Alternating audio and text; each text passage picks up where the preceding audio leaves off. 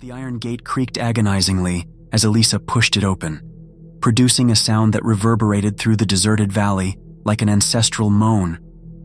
Marcos followed close behind, carrying 2 heavy suitcases while contemplating the property that now belonged to them. The 2-story Victorian house stood imposingly against the gray evening sky, its dark windows watching the newcomers with silent vigilance. The couple had saved for 3 years for this moment, to escape urban claustrophobia and rebuild their lives far from the trauma that haunted them. "Are you sure this is the place?" asked Marcos, his words creating small clouds of vapor in the cold air. The online listing had promised an idyllic mountain retreat, but the reality before them seemed extracted from a horror film. The peeling paint, the wild gardens swallowing the stone pathways, and that inexplicable feeling that something was watching them from the upper windows. Elisa consulted the purchase document again. Pine Road, number 237. "This is it." She tried to sound confident, but her voice trembled slightly. Despite the biting cold of the late afternoon, a drop of sweat trickled down her temple. "It will be perfect once we finish the renovation." As they made their way along the winding path to the entrance, the silence was absolute. No birds sang, no insects buzzed. Only the sound of their own footsteps and breathing. Marcos noticed strange markings carved into the main door's frame, symbols he didn't recognize, but which seemed deliberately engraved in the ancient oak. The key turned with difficulty in the rusty lock. When the door finally yielded, a sigh of stagnant air escaped from within, as if the house had been holding its breath for decades, waiting for them. The smell was of dampness, old wood, and something else. Something organic and vaguely metallic. "Let's let in some fresh air," said Elisa, heading toward the dusty windows. When she tried to open the first one, she realized it was nailed shut. She tried the next, and the next, all sealed. Marcos tried to help, but even the second-floor windows were firmly sealed. "What kind of person nails all the windows shut?" he muttered, a feeling of unease growing in his chest. That night, as they tried to sleep on their inflatable mattress, as the furniture would arrive only the next day, the absolute silence was broken by occasional sounds, the creaking of old wood, whispers of wind through the structure, and something else. Something that sounded like the soft dragging of nails on a wooden floor coming from the empty hallway. 3 weeks after moving in, the house was beginning to take shape. Elisa, with her talent for decoration, had managed to transform the main room into a cozy space, despite the shadows that seemed to accumulate in the corners, resistant to any lighting. Marcos had dedicated himself to the heavier work, fixing the problematic plumbing, reinforcing loose floorboards, replacing the old electrical installations that occasionally sparked without explanation. It was during one of these renovations that Marcos made the first disturbing discovery. While tearing off the faded wallpaper in the guest room, he found a series of inscriptions covering the entire wall. These weren't simple scribbles or measurement markings. They were words and symbols meticulously written in a frenzied calligraphy. Some phrases were in archaic Portuguese, others in a language he didn't recognize. One symbol in particular repeated itself, a circle containing a spiral that seemed to pulse under his fixed gaze. "Elisa, come see this," he called, unable to look away from the markings. When she entered the room, her breathing became visibly faster. "Who would do this?" she asked, running her fingers over the inscriptions. "And why cover it with wallpaper instead of painting over it?" A legible passage read, "They breathe through the walls when we sleep. I feel their hot exhalations on my face at night. They wish to enter." That same night, Elisa woke with a start at 3:17 in the morning. It wasn't a nightmare that awakened her, but the distinct sensation of a hot, irregular breath on her face. When she opened her eyes, the room was dark, but there was something different in the air, a density, a presence. Marcos slept deeply beside her, but the breathing wasn't coming from him. It was coming from the walls. Slowly, her eyes adapted to the darkness, and Elisa realized with horror that the wall in front of her seemed to pulse subtly, expanding and contracting like a thorax in slow respiration. When she tried to wake Marcos, she discovered she couldn't move, as if an invisible force kept her paralyzed in bed. The breathing of the wall intensified, becoming labored. A dark liquid began to trickle down the wallpaper in thin streams, forming patterns that resembled the symbols found in the guest room. It was only when the first scream escaped her throat that Elisa regained movement. Marcos woke disoriented, quickly turning on the bedside lamp. The wall was normal. There was no liquid, no movement, but the room was significantly colder, and the metallic smell they had noticed upon arrival had returned, stronger. "Did you see? The walls were breathing," she insisted, trembling uncontrollably. Marcos embraced her, trying to calm her down. "It was just a nightmare. Those inscriptions got into your head." But when he returned from the bathroom minutes later, Marcos noticed something he didn't mention to Elisa.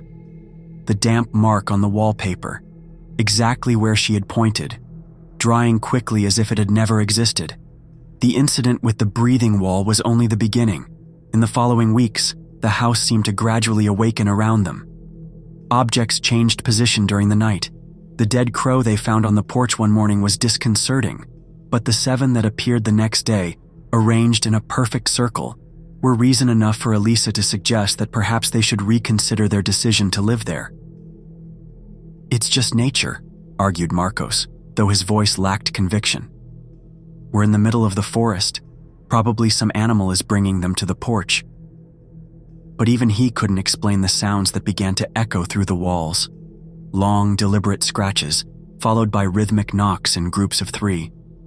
Or the fact that every morning, they both woke with small scratches on their backs, as if nails had been gently dragged across their skin during sleep. The change in Marcos's behavior became evident first. Elisa noticed that he spent hours staring at the inscriptions in the guest room, copying the symbols into his notebook. When questioned, he didn't remember doing so. He began to talk in his sleep, first in incomprehensible murmurs, then in clear phrases that seemed like answers to questions no one had asked. "They've been in the walls for so long, waiting for someone who understands them," he said one night, his voice strangely monotonous as he slept. "They need a vehicle." The moments when Marcos seemed like himself became rarer. He lost track of time, sometimes disappearing for hours, only to be found by Elisa in the basement, which they had kept locked due to its precarious condition. When asked how he had entered, since the key remained stored in the kitchen drawer, Marcos looked at her with a blank expression, as if he didn't even understand the question. It was during one of these absences of Marcos that Elisa discovered the diary in the lining of the wardrobe in the master bedroom. The small leather-bound volume had belonged to Eduardo Mendez, apparently the owner of the house in the 1940s. The first entries described his move to the house with his wife Helena, in search of peace after losing their young son to yellow fever. The similarities with her and Marcos's story, who had lost their newborn daughter a year before, sent chills down Elisa's spine. The diary entries became progressively more disturbing. Eduardo described a gradual change in Helena, how she began to speak in strange languages during sleep, how she developed an obsessive interest in ancient symbols, how she insisted that there was something in the walls that wished to communicate. The last pages were almost illegible, written in a trembling calligraphy and stained with what appeared to be dried blood. The final entry simply said, "Helena is no longer Helena. Whatever is using her body now wants me to join them. I sealed all the windows. There is no escape." That night, when Marcos returned from another of his trances, Elisa confronted him with the diary. For a brief moment, she saw fear and recognition in her husband's eyes, a glimpse of the man she knew and loved. But then his eyes clouded over again, and a strange, rigid smile formed on his lips. "You shouldn't have read that," he said, his voice overlaid with a subtle echo, as if another voice was speaking in unison with his. "Now they know that you know." Marcos's erratic behavior intensified. Elisa began to lock him in his room at night, frightened by his moments of absence and the things he said when he didn't seem to be himself. Meanwhile, she dedicated herself frantically to researching the property's history, convinced that she needed to understand what was happening to save her husband, and perhaps herself. In the library of the small neighboring town, yellowed documents revealed a dark history that the real estate agents had conveniently omitted. The property had been built in the late 19th century by Augusto Coelho, a notorious occultist who had traveled the world studying ancient rituals. Aged photographs showed the original house, smaller than the current one, but with the same basic architecture. The basement, Elisa noted with a shiver, was disproportionately large in the original design. "Interested in the Coelho house?" asked the elderly librarian, observing her with narrowed eyes. "You're not from around here, are you?" Elisa confirmed hesitantly, and the woman sighed deeply. "No one from the region would buy that property, not after what happened to all the families who tried to live there." She explained how Augusto Coelho performed rituals in the basement, supposedly to open a portal for entities he called those who breathe between walls. According to local legends, he managed to partially open this portal before being killed by terrified villagers in 1897. Since then, all 7 families who had attempted to inhabit the house ended up meeting tragic ends, suicides, disappearances, or cases of sudden madness. The last family were the Mendis in the 40s, concluded the librarian. They found his body with his throat cut. The wife was never found. As she drove back home under a torrential rain, Elisa tried to organize her thoughts. The evidence suggested that there was something in the house, something ancient and malevolent that fed on human suffering. She and Marcos had been easy prey. Their grief for their lost daughter had made them vulnerable. The entity was using Marcos as a vehicle, just as it had apparently used Helena Mendez decades before. Determined to save her husband and end the cycle, Elisa stopped at the only hotel in town and made a reservation. She would take Marcos away from the house, even by force. She would get medical help, exorcism, whatever was necessary. But upon arriving home, she found the front door wide open, violently banging against the wall with the strong wind. She called for Marcos, but only silence answered. A trail of mud and water led from the entrance to the basement door, which was now open, despite the key still being in the kitchen drawer. Trembling, Elisa grabbed a flashlight and a kitchen knife, slowly descending the slippery steps. The beam of light revealed a space much larger than seemed possible, considering the external dimensions of the house. The basement walls were covered with the same symbols found in the guest room, but here they seemed older, engraved in the very stone of the foundation. In the center of the cavernous space, Marcos was kneeling inside a large circle drawn on the dirt floor. Surrounding him were 7 small mounds of what appeared to be bones, small human bones. "They're babies," said Marcos without turning around, sensing her presence. "Each family that lived here lost a child. That's what attracts them. It's the pain that opens the way." When he finally turned to face her, Elisa stifled a scream. Her husband's eyes were completely black, with no visible iris or white. His skin seemed stretched over the bones of his face, like a poorly fitted mask. "They're almost here, Elisa," he smiled, his mouth stretching wider than should be anatomically possible. "And they have something to show you." Behind him, the basement wall began to undulate, not just pulsing as before, but distending outward like a membrane. Something was trying to come through. "Marcos," Elisa called, her voice trembling but determined, keeping the knife firmly in front of her. "I know you're still in there. We need to leave this house now." The being that had once been her husband tilted its head at an unnatural angle, observing her with clinical curiosity. "Marcos is here, but not alone. He will never be alone again." His voice oscillated between tones, like several voices mixed together. "Just as you will never be alone again, Elisa. They will come for you too." The wall behind him continued to distend outward, the ancient stone now with the consistency of pulsating flesh. The metallic smell that Elisa associated with the house became almost unbearable, mixed with the odor of decomposition. "What do you want?" she asked, trying to buy time while assessing her options. The only way out was the staircase she had descended, but Marcos, or whatever was controlling him, blocked the path. "We want what we have always wanted," he answered, moving toward her with irregular steps, as if still not completely familiar with the workings of the human body. Existence. Humans banished us to a dimension of eternal suffering. Now we use your suffering as a bridge to return. Elisa retreated until she bumped into the opposite wall. "You're using our pain over the loss of our daughter." A sickly smile spread across Marcos's face. "Pain is the key. The deeper, the stronger we become.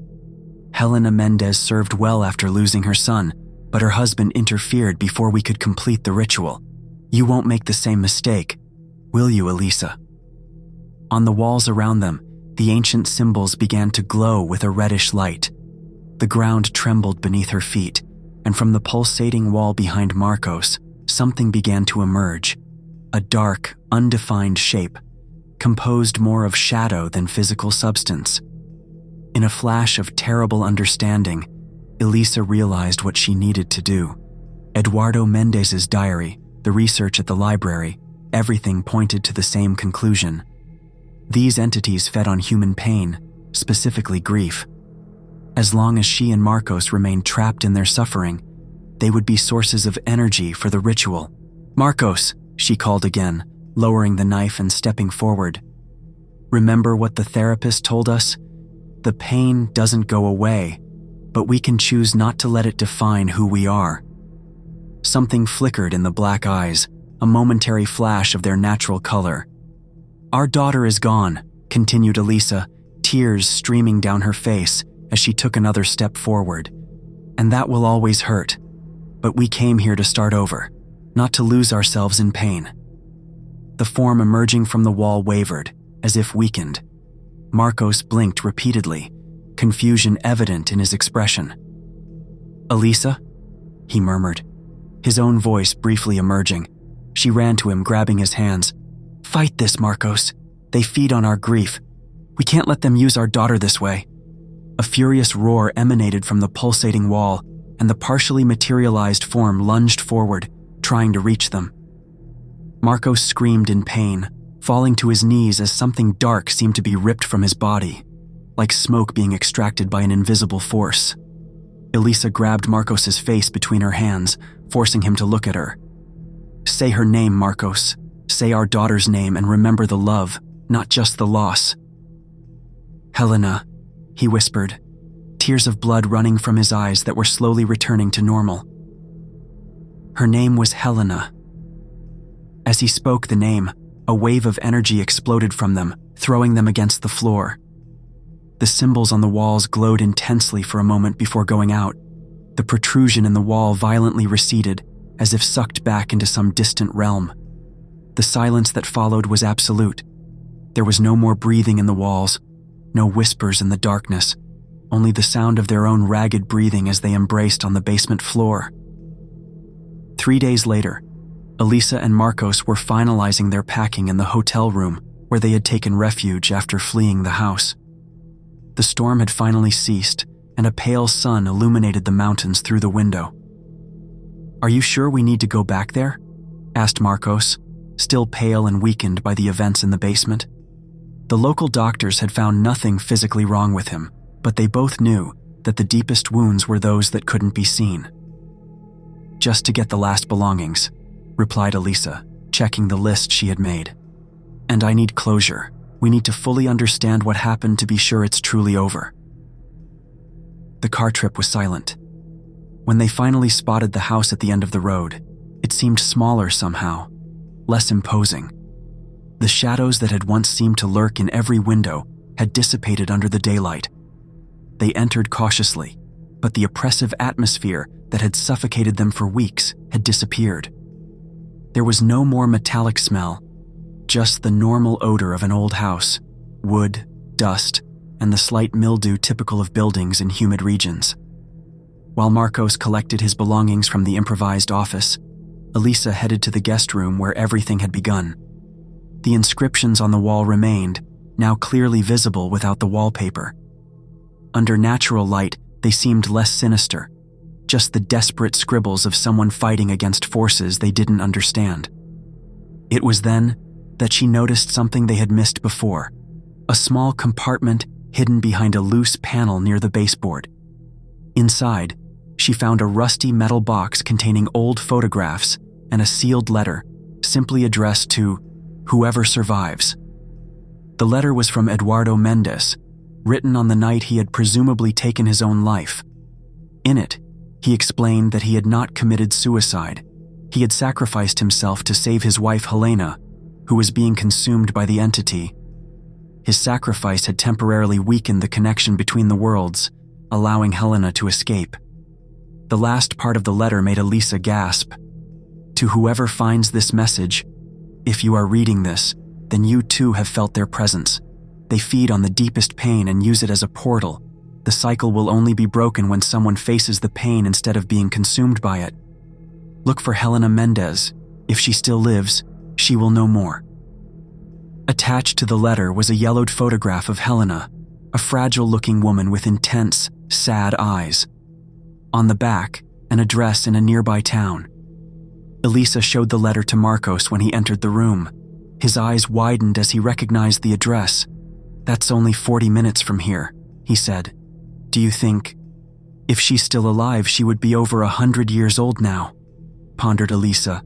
But perhaps there are descendants, someone who knows the rest of the story. They decided to make one last visit before leaving the region forever. The address led them to a small retirement home in the mountains. When they asked about Helena Mendes, the receptionist looked at them with surprise. "Helena? Yes, she's still with us. She's our oldest resident. Turned 103 last month. She rarely receives visitors. Are you relatives?" Stunned, Elisa and Marcos looked at each other. It was impossible. And yet, the woman who awaited them in the solarium was incredibly old, but her eyes remained clear and alert. The same eyes from the photograph, now surrounded by a web of deep wrinkles. "I knew you would come eventually," said Helena, her voice surprisingly firm. "Everyone who survives that house ends up finding me." For hours, they listened to her story. How Eduardo had discovered the ancient ritual to partially close the portal, requiring a voluntary sacrifice from someone who truly loved the possessed person. How Helena had fled and found a group of occultists who helped her understand what she had faced. How she had dedicated the rest of her long life to studying ways to permanently destroy the entities.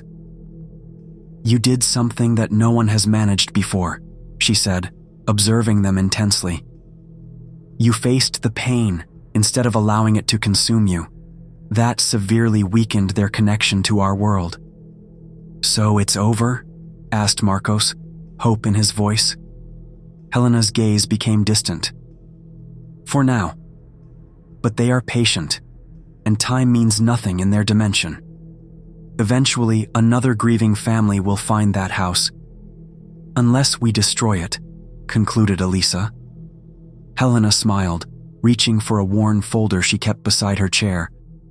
"I spent 80 years researching how to do exactly that. It's all here, the complete ritual to permanently seal the portal." When they left Helena, they carried with them her legacy of 8 decades, meticulous notes, protection symbols, and detailed instructions for a final ritual that would destroy the connection forever. That night, under the full moon's light, Elisa and Marcos returned one last time to the House of Horrors. In the basement, where everything had begun and almost ended, they performed the ritual that Helena had spent a lifetime perfecting.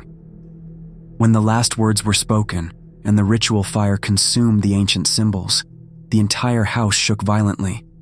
The basement walls, which had once breathed with malevolent life, began to crumble. They fled just moments before the total collapse of the structure. From the safety of the road, they watched the flames consume what remained of the house, taking with it the secrets and horrors of generations. In the sky above, the clouds briefly parted, revealing a starry sky of rare beauty. "It's over," whispered Marcos, firmly holding Elisa's hand. "Yes," she replied. "Now we can truly start over." As they drove away on the dark road, neither of them noticed the small figure watching them from the forest in the distance, a pale girl in a white dress who smiled briefly before vanishing into the darkness of the night, finally free. The car slowed at the next curve, and Elisa turned to Marcos with a puzzled expression. "Did you hear that?" she asked. It sounded like a child laughing. Marcos smiled, feeling for the first time in a long time a genuine peace. "I think it was just the wind in the trees," he replied, though they both knew there was no wind on that perfectly still night. Some questions, they decided in mutual silence, might be better left unanswered.